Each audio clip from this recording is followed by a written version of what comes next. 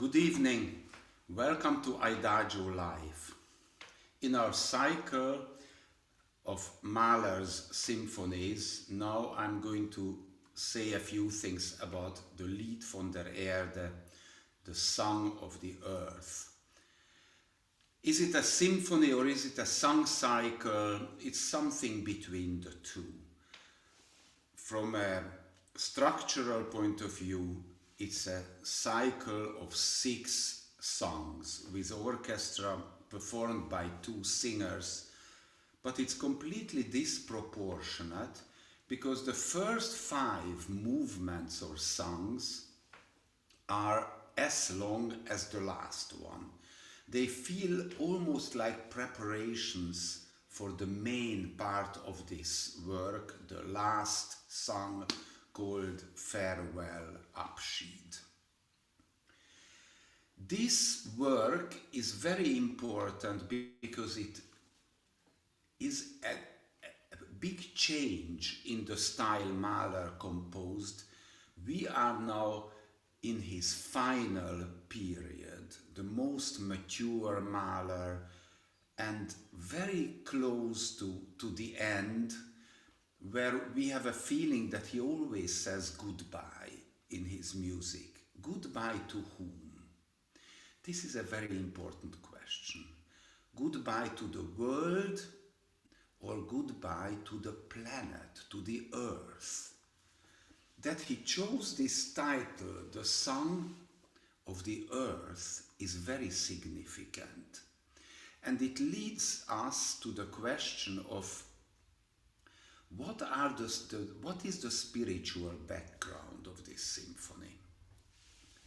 It's a collection of old Chinese poems of the 8th century, but Mahler didn't know much about these Chinese poems. He didn't look into the authenticity or the original versions. He got acquainted with these Chinese poems through a German collection, and the German collection, on the other hand, was based on a French source, so the Chinese poems went through a number of filters and probably changed a lot of the original meanings by the time it reached Mahler. But this was a period in the history in Europe where there was a lot of attention for the Oriental and especially Chinese culture. Why? Because there was a feeling of something comes near the end. Something of our European own culture is in its final state. Soon after the composition of this work, an important book by Spengler was published, Untergang des Abendlandes. It's the end of the Western civilization, and it was an extremely important book for readers and everybody who was concerned about the future of our culture. This feeling of let's look east, let's look to the cultural background, history and meaning, philosophy of the East was in the air. And Mahler was one of those people who tried to pick elements from this wave of Oriental interest. He took poems and he decided to compose a sequence of actually very beautiful lyrical or philosophical images. They feel, the first 5 songs especially, feel like you would look at a painting or one idea, one poem. The first one is a little almost cynical way of looking at the meaningless of our life here. The second one is a beautiful lyrical work about solitude, about feeling lonely in in the fall. Like a lot of the Eastern poems are related to a part of the year with certain plants or natural images. Then the third one is a very light, easy Chinese picture of a tea house where somebody writes verses, and it's almost like a small little idyllical Chinese, I would say, a sketch. Then the fourth one, which is about Schönheit, the beauty, is a lovely description of a young girl. This girl looks at the other side of the river. There are beautiful men coming with horses, and the way she looks, there is this endless desire. It's again almost like a still picture of one particular image, one feeling. The next one is again relates maybe to the first, about the drunken person who experiences the singing of a bird in the springtime. And that will lead us to the final song, but I want to say something about that a little later. Now, Mahler took these Chinese elements, but not very sort of focused. Let's look at the music. How much Chinese element is in his music? For that, I need to just clarify a little bit what are the tone structures which we consider Chinese, or the basic element of Chinese music. We live in the Western world with a tone structure. There is an octave, and within this we have 12 notes, and if we only play in our tonality, then we only have 7 notes. This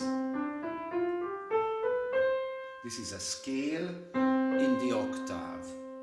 So 1, 2, 3, 4, 5, 6, 7, and then we repeat, this is a C.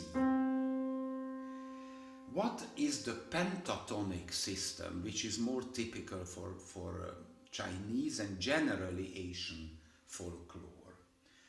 Pentatone means only 5 notes, so it's not 7 but 5. Then we have this 1, 2, 3. Here we jump 4, 5. Why do we jump this? Because this would be a semitone which one avoids. Actually, in the European culture, in the Middle Ages, one thought that the semitone is the soul of the music, because it's a very emotional. You know, if you hear or this is less emotional, and this is the feeling, the heart of the music. This is avoided in the pentatonic system. We jump it. And the 5th note is here. And if we move around, then you will hear suddenly that it has a little Chinese feel about this.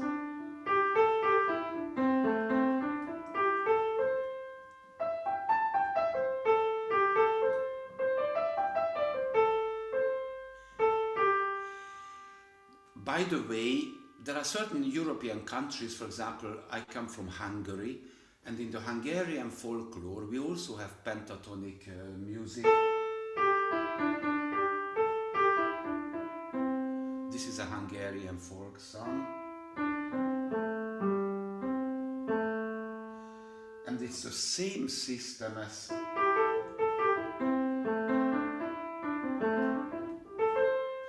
which feels a little Chinese to us. Now, how does it pop up in Mahler's work? For example, the third movement, he starts like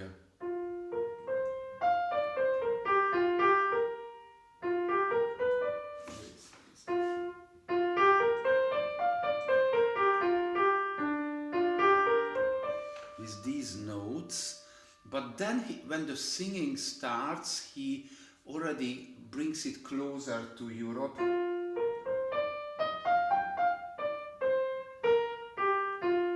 So it's like, but you see, this is already there, which is not pentatonic. He could avoid it.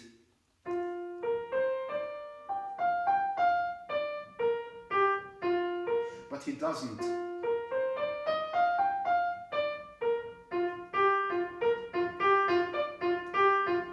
But still it has a little bit of a hint of something Chinese. I think Mahler doesn't want to go too deeply into this tone system, but he somehow he brings it into his own language and into his musical style. Because it's not so important to him. He doesn't want to write a Taoistic Chinese philosophy based music work. He combines it with his own spiritual world. And what is his world? See, Mahler flirted with Christian ideas, with Jewish origin, all kinds of things. But then he ended up with the song for the earth, for the nature. So I would say that the philosophy which is closest to Mahler in his later years, in his last part of his life, is a pantheistic idea. A pantheism is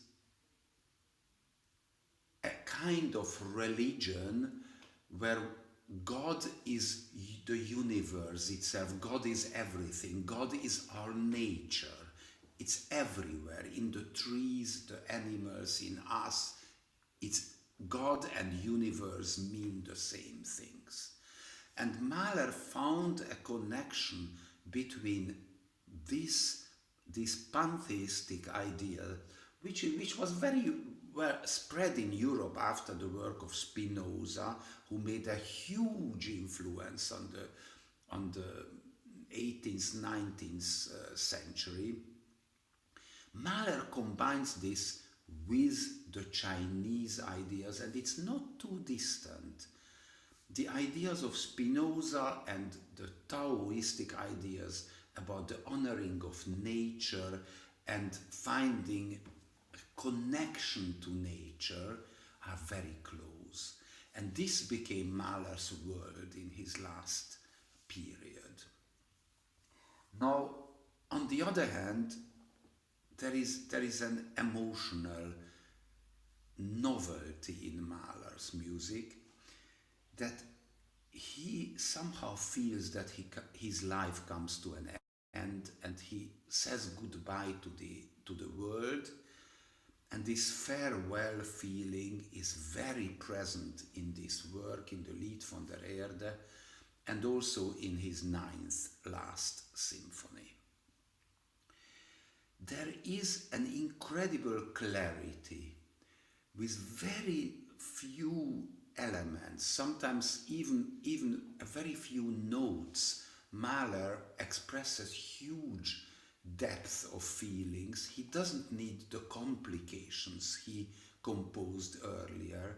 He can say the same deep feelings with a very few notes.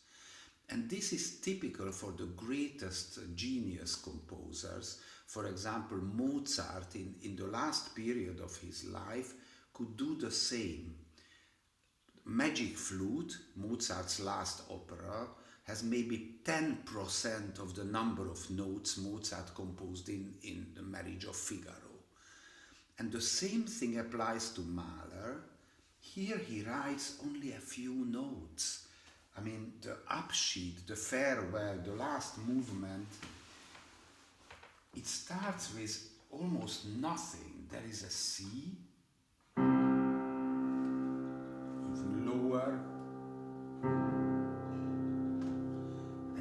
we are already in the world of this complete tragedy. It reminds me a little bit on the third symphony, which had this kind of bell, slow moving bell, but here it's one single note. On top of this one note we hear a single oboe, and this it just moves around this note C, but it's similar to what Mahler composed earlier in various bird songs or natural little noises he hears from nature. Here the two horns give it a harmonic clarity.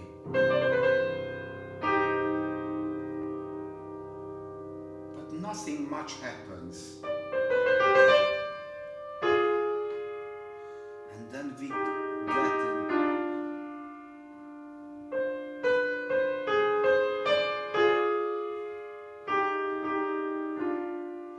And this is how it continues.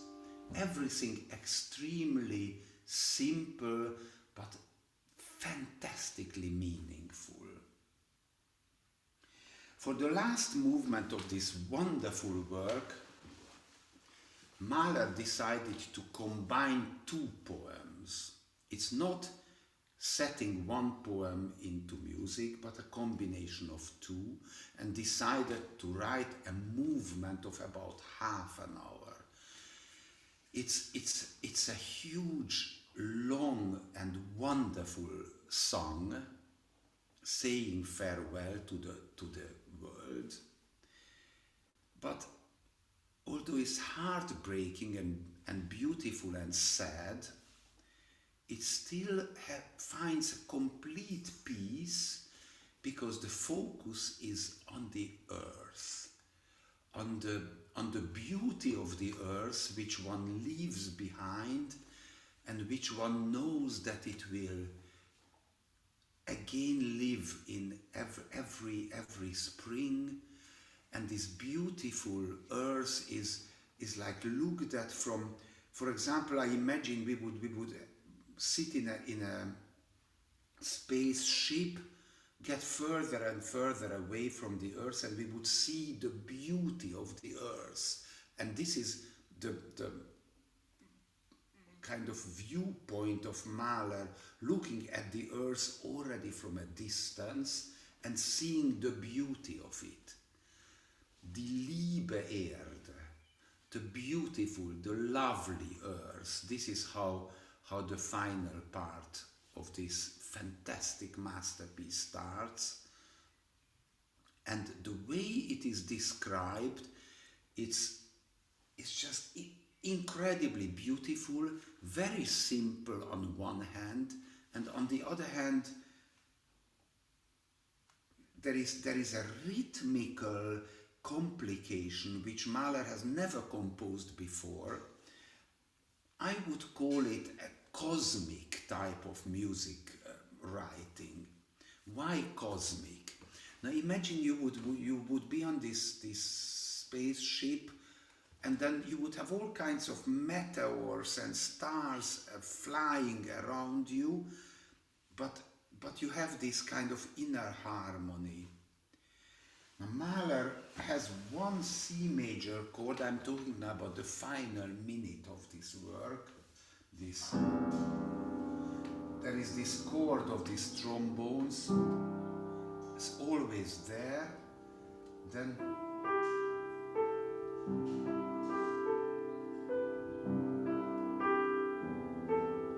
this is the harmony which the flute and the oboe just touch this note A. This is the harmony with which will end the work. And then there are various instruments flying around us. Sometimes you hear something like this, or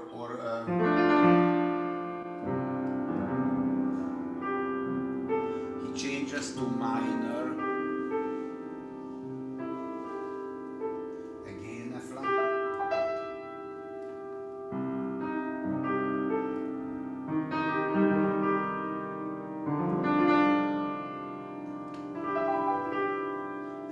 these continuous surrounding objects which pass us in a directionless way, they surround us as we go further and further away from the beautiful earth, and which we watch all the time and say farewell to, and which disappears in a distance.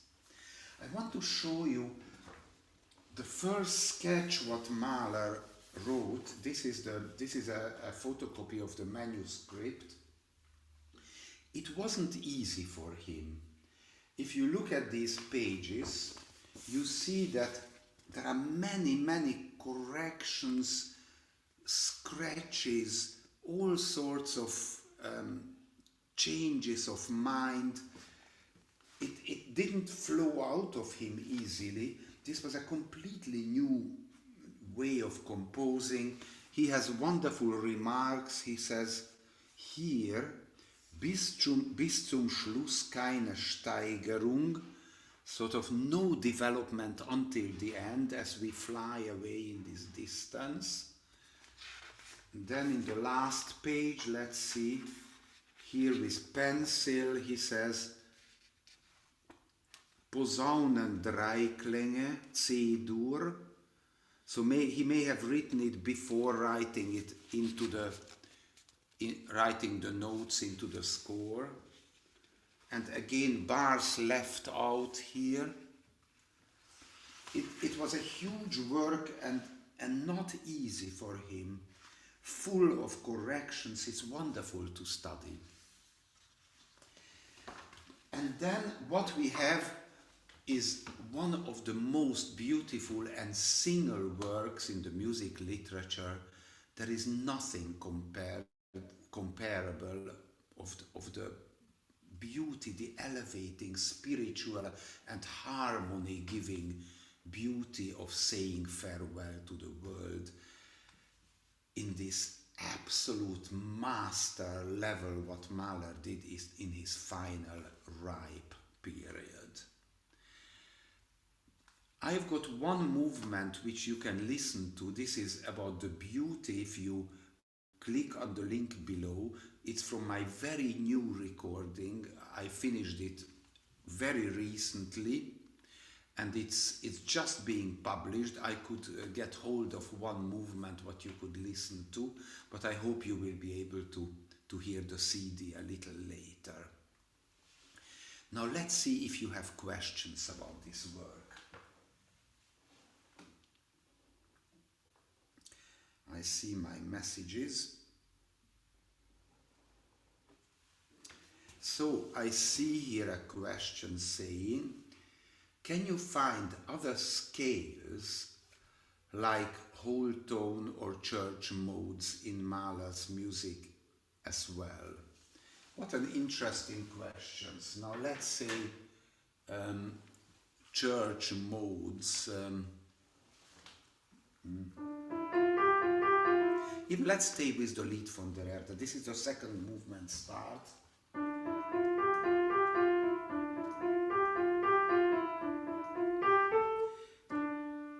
Well, if it's D minor, then it's not a church mode.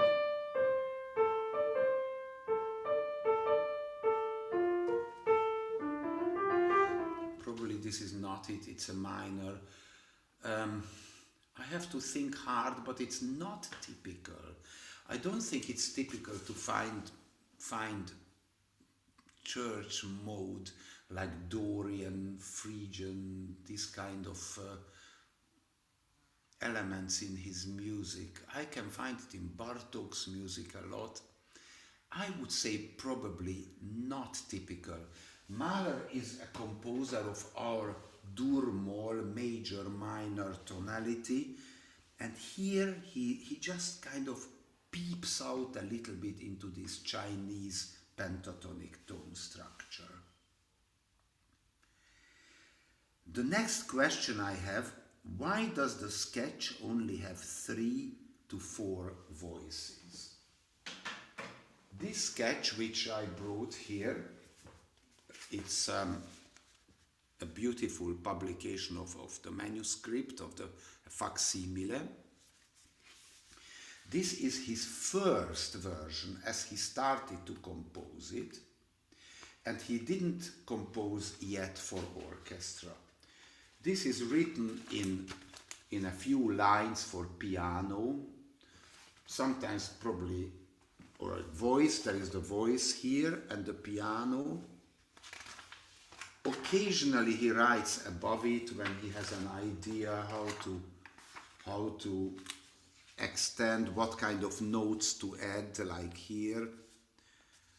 I think he never thought that this would be looked at by other people. This was his sketchbook. This is the first composition as it started to make shape, this work. But of course, for us musicians, this is the most fascinating, wonderful source of information of how these ingenious ideas were conceived. So it's only in 3-4 lines. Here, for example, there is the piano, here is the singing, here is something else, just an idea. Here too, a line which he later uses for an instrument, corrects the notes. It's wonderful. I highly suggest, especially to musicians, to study it. Please listen to this wonderful piece which is sticking out. There is nothing like the Lied von der Erde, anything incomparable. So please listen to it carefully. Take time to get acquainted to it. It's worth it, believe me. I will see you next week. We will talk about the 9th, the final finished symphony of Gustav Mahler. This was IDAGIO Live